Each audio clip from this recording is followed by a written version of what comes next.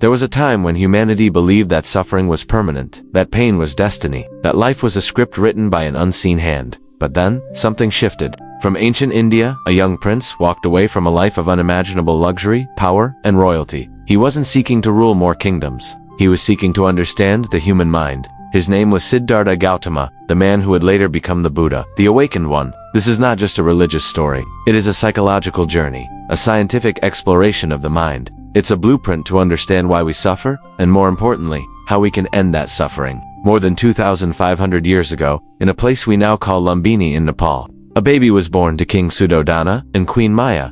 According to tradition, the queen had a powerful dream of a white elephant entering her Siddha, divine sign of purity and a monumental spiritual destiny. When Siddhartha was born, the court astrologers made a striking prediction. This child will become one of two things, either a great emperor who rules the world, or a great spiritual teacher who changes it forever. His father, the king, was determined to see his son become a powerful heir, so he built a gilded cage. He shielded Siddhartha from anything unpleasant: suffering, aging, sickness, poverty, and especially death. The palace was a paradise of pleasure, a fortress designed to keep reality out, but no wall is high enough to stop the truth. At the age of 29, driven by a deep curiosity, Siddhartha secretly left the palace grounds to see the real world. And what he saw, in 4 encounters, shattered his entire reality. First, he saw an old man, frail and bent, showing him the inescapable reality of aging.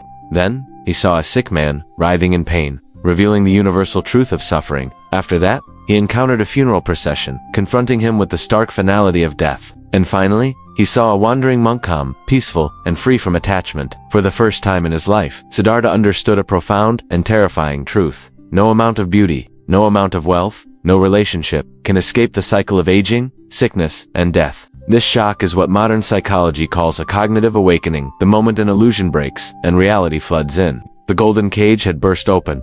That very night, Siddhartha made a decision that would change the course of history. In the quiet darkness, without anger or fear, he kissed his sleeping wife, Yasodhara, and his newborn son, Rahula, goodbye. This was not an act of abandonment.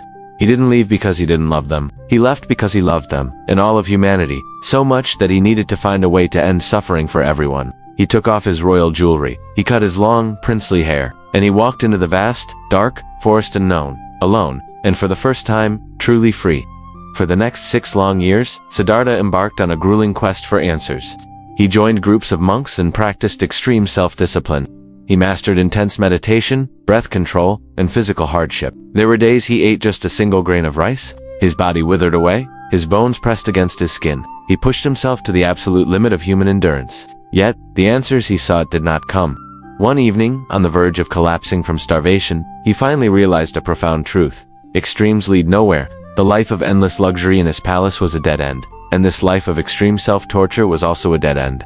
The path, he understood, was not at either extreme, but in the center. Balance is the way. This fundamental insight became known as the middle way. Rejuvenated by this new understanding, Siddhartha sat beneath a large fig tree in a place now known as Bodh Gaya. There, he made a powerful vow. I will not move from this spot until I discover the ultimate truth, even if my body breaks and my life ends. As he sat in deep meditation, his mind became perfectly still. Memories, fears, desires, and illusions rose up like storms, and then dissolved into nothing.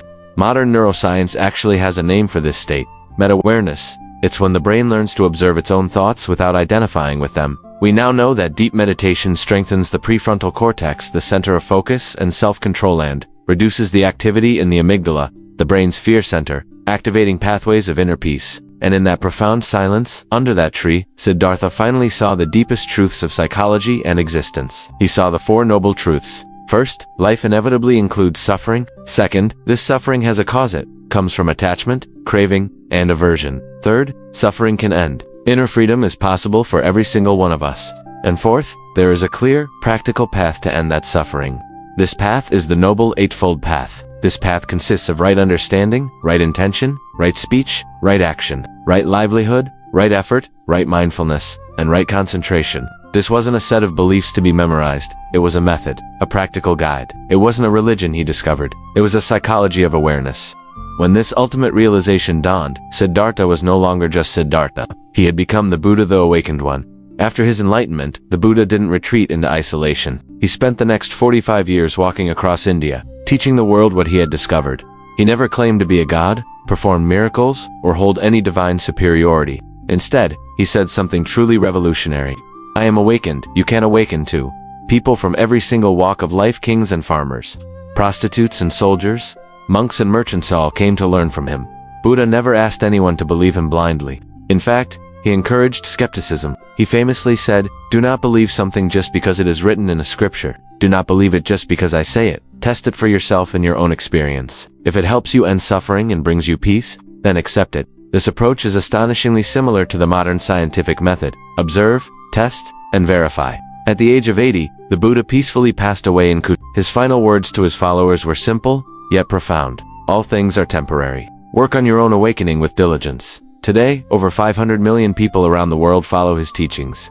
Yet Buddhism, at its core, is not about worshipping a person. It is about practicing a way of life centered on mindfulness, compassion, awareness, balance, and freedom from the ego. The deeper truth is this: Buddha never gave people a god to believe in. He gave them a deep understanding of themselves. He didn't promise a heaven waiting after death. He taught people how to create a heaven inside their own minds, while they are still alive, and that is why his relevance has never faded. Because 2.5 millennia later, suffering still exists. Fear still exists. Attachment and craving still exist. But so does the path. The path to peace is still here, waiting to be walked. Maybe one day, like Siddhartha, you will find a quiet moment to just sit with your thoughts, not running from them, not resisting them, just witnessing them as they come and go. And maybe, in that silence, you will discover what the Buddha discovered all those years ago. Peace does not come from forcing the world to be different. Peace comes when the mind stops demanding that the world be different. And in that moment, you awaken. Thank you for watching. If this story resonated with you, consider subscribing for more journeys into the mind.